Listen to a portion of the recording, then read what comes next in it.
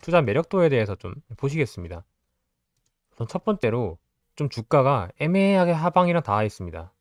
이제 지금 시총은 한 8,900억 원 정도 되거든요. 보시면은 이제 부채 총계를 보시면은 4,250억 원, 그리고 금융 상품만 따로 떼어서 보시면은 이제 이걸 합한 게 이제 4,365억 원 정도 됩니다. 뭐 제가 따로 계산해 봤습니다. 그러면 이제 이 금융 상품만 매각을 해도 이 부채를 모두 상환을 할 수 있는 상황이고, 이제 남은 현금 620억 원과 매출 채권, 재고 자산, 기타 유동 자산 다 합하면 이제 6천억 원이라는 유동 자산이 현재 남습니다. 그리고 이제 비유동 자산을 봐야겠죠. 이제 유형 자산 쪽에서 토지가 이제 700억 원 정도 있고요. 이제 투자 부동산 쪽에서 토지가 1,500억 원 정도 있습니다. 그러면 이제 합해서 한 2,200억 원 정도 되죠. 그리고 아까 봤던 유동 자산이 6천억 원이니까 한 8,200억 원 정도의 하방이 존재를 한다고 볼 수가 있죠. 그리고 여기에다가 이제 영업용 자산, 뭐 기계 장치, 뭐 건축물, 뭐 운반구 이런 것들을 다 고려를 하게 된다면 이제 플러스 알파가 될 텐데, 이게 굉장히 높은 확률로 8,900억 원 이상의 가치를 가지고 있을 겁니다.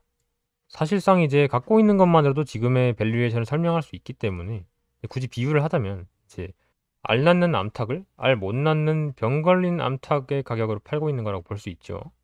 왜냐면 이 8,900억 원이라는 밸류는 이 알파가 거의 반영이 안 된 수치이기 때문이죠. 네, 그리고 두 번째 자료입니다. 이 자료는 뭐냐면 이제 2030년까지 신규 차량 판매가, 그러니까 시장에 새로 공급되는 자동차가 그 수가 얼마가 될 것이고 이 차 종류별 비율은 또 어떻게 될 것이냐 하는 자료인데요. 사실 우리가 고려해야 되는 건 이 비율이 아니고 이 수입니다.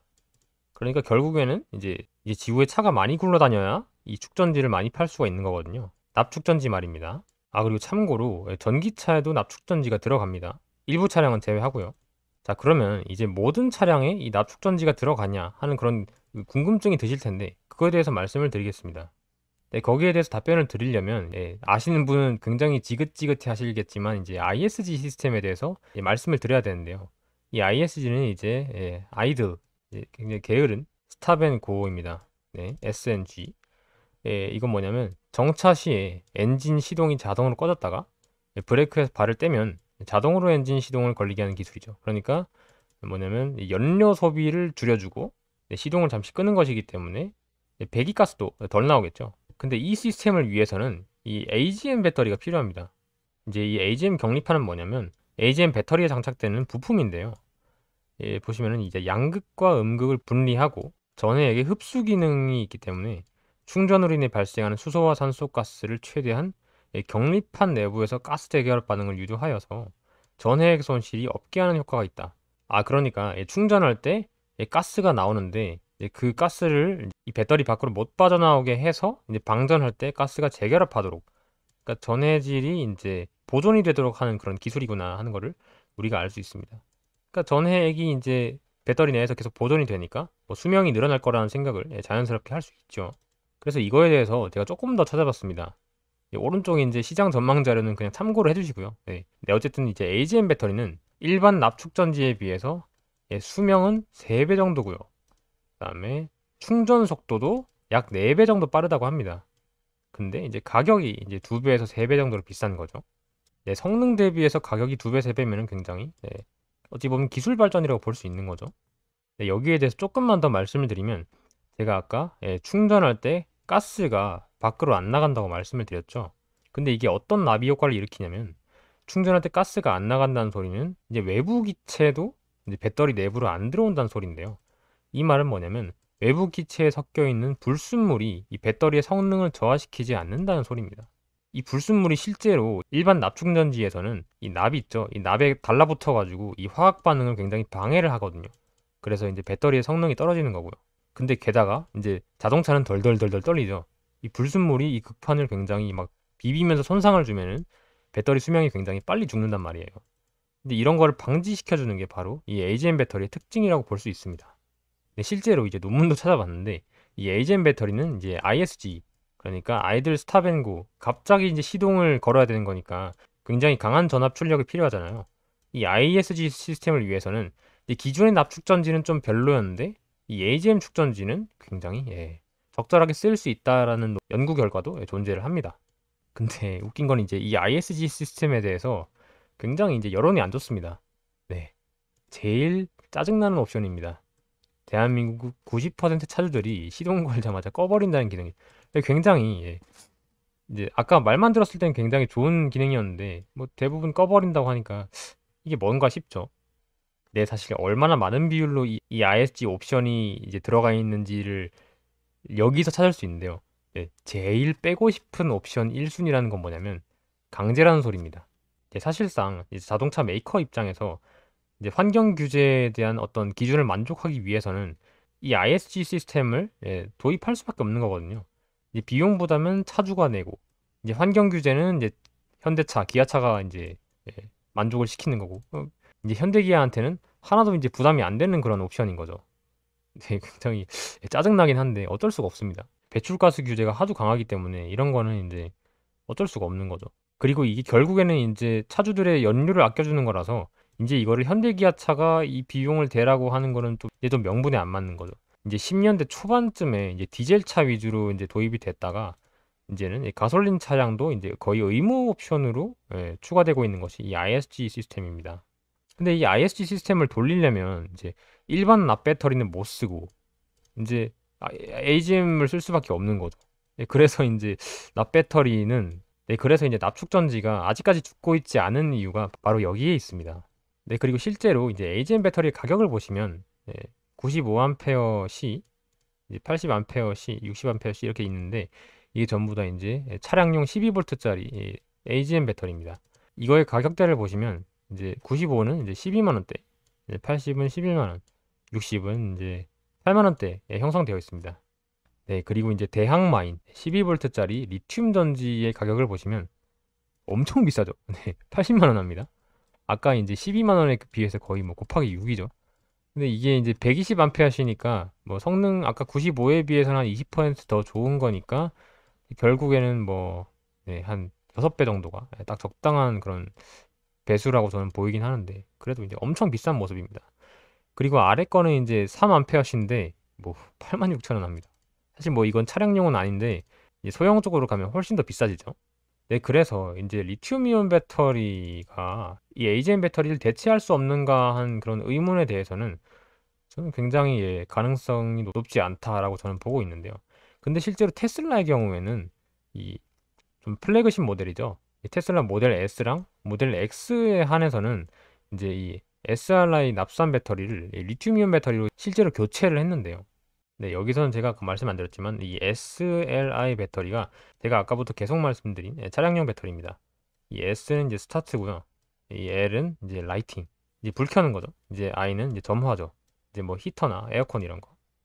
이건 이제 시동 거는 거죠. 이 차량의 기본적인 기능에 대해서 전기를 공급하는 것이 이 SLI 배터리인데요. 제가 아까부터 계속 말씀드린 이 AGM 배터리도 이 SRA 배터리입니다.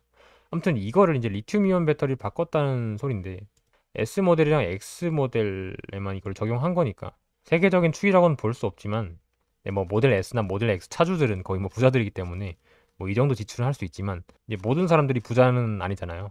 그러니까 대부분이 이 납산 배터리를 그대로 이용을 할 것으로 보고 있습니다. 네, 근데 이제 리튬이온 배터리도 가격이 이제 계속해서 떨어지긴 했는데 이제 앞으로 더 떨어질 건지는 좀 미지수입니다. 이제 BNEF라는 기관에서 이렇게 연구를 했는데 이제 2021년까지는 EV 배터리가 계속 떨어지고는 있으나 22년에는 좀 오를 것이다라는 그런 발표를 했습니다. 그리고 24년에는 이제 킬로와트 시당 $100 이하의 그런 가격으로 이제 리튬이온 배터리 가격이 형성될 거라고 이제 전망을 하고 있는데 근데 이제 2021년 들어서 이 가격의 축소폭이 굉장히 감소한 이유는 따로 있습니다. 네, 바로 이 원자재 가격이 엄청나게 증가를 한 탓인데요.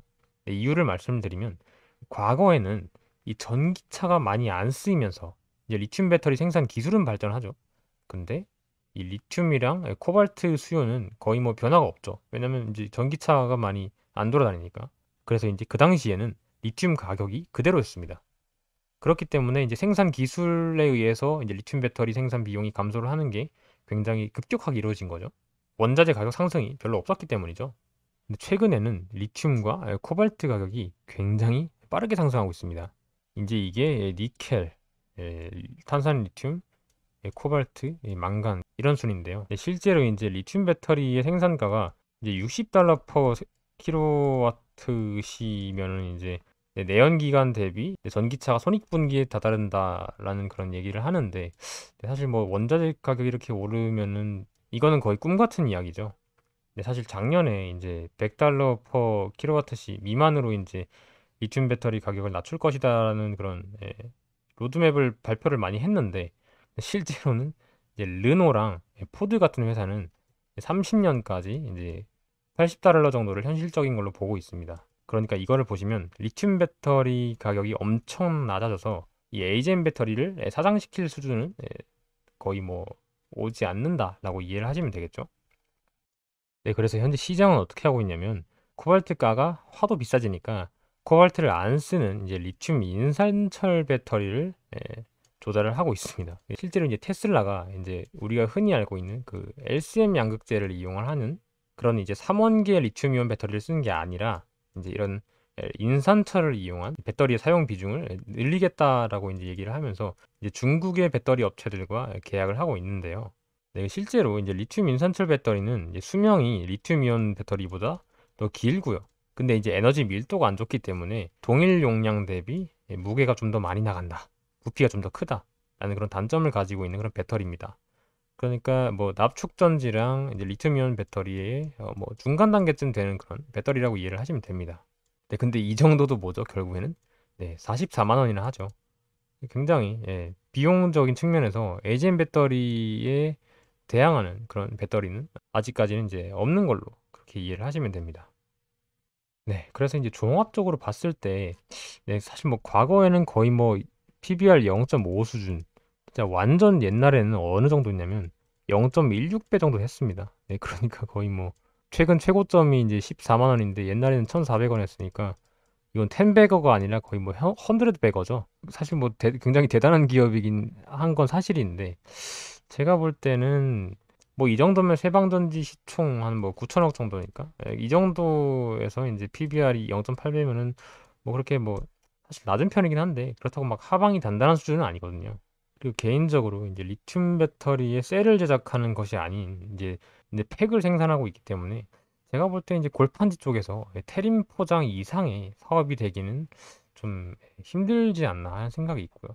네, 실제로 배터리 팩 가격이 예를 들어서 1kW 시당 이제 $100라고 치면은, 거기에 셀 가격은 $80거든요. 이제 그러면은 이제 $80에 이제 셀을 떼와서 이제 팩을 만들어서 팔면 이제 $20가 남는 건데, 이제 거기에 이제 생산비가 있죠. 생산비에다가 이제 공장 돌리고 이제 감가상각비, 그런 이제 고정비까지 고려를 하면 영업이익률이 상당히 낮을 거라고 저는 생각을 합니다. 네. 그리고 사실 이 세방전지가 리튬 배터리 셀 연구도 계속 하고 있거든요. 근데 그렇다고 하더라도 이제 경쟁사가 엔솔, 뭐 SDI, 중국이 CATL이다 보니까 이 틈새 시장을 정말 제대로 찾지 않으면 이 납축전지 시장의 낮은 성장세를 그냥 가져가지 않을까 하는 그런 생각이 듭니다. 네, 그리고 이제 테린 포장 주가가 제대로 안 간 이유는 이 골판지 제조하는 게 사실상 그렇게 어려운 기술이 아니거든요. 뭐 기계를 쓰긴 하겠지만 그래도 좀 단순 노동이기 때문에 다른 기업들이 굉장히 쉽게 진입할 수 있는 점에서 이제 매력이 없는 거거든요. 네, 그래서 이제 리튬 배터리 팩 조립하는 사업도 제가 볼 땐 어, 비슷한 느낌이지 않나 하는 생각에, 세방전지 밸류에이션이 그렇게 막 나쁘진 않지만 사업 자체도 그렇게 막 매력적인 수준은 아니다라고 저는 생각을 합니다. 뭐 어쨌든 간에 납축 전지는 계속 되니까 뭐 엄청나게 주가가 막 바닥을 칠 것 같지는 않은데, 그렇다고 해서 뭐 지금 또 업사이드를 보는 게 과연 의미가 있는지, 거기에 대해서는 좀 네, 회의적인 입장이라고 저는 말씀을 드리고 이 세방전지 커버를 마치겠습니다. 네, 이거 공부하는 게 쉽진 않았는데 뭐 살짝 나가리여서 좀 아쉽긴 하네요. 네, 저도 이제 미리 공부를 하고 기업을 뽑는 게 아니라서 정말 현실적으로 애널리스트처럼 이제 사라고만 하진 않는다는 점, 그 점을 또 명확하게 짚고 넘어가겠습니다. 네, 그리고 다음 주에는 이제 건설 중장비와 엔진을 생산 판매하는 두산 인프라코어를 같이 보시겠습니다. 그리고 이 기업이 이제 수출 많이 하는 경기순환주 시리즈의 마지막 기업입니다.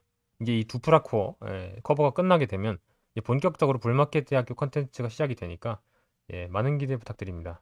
네, 영상이 유익하셨다면 좋아요와 구독, 댓글, 그리고 가능하시면 공유까지 부탁드립니다. 감사합니다.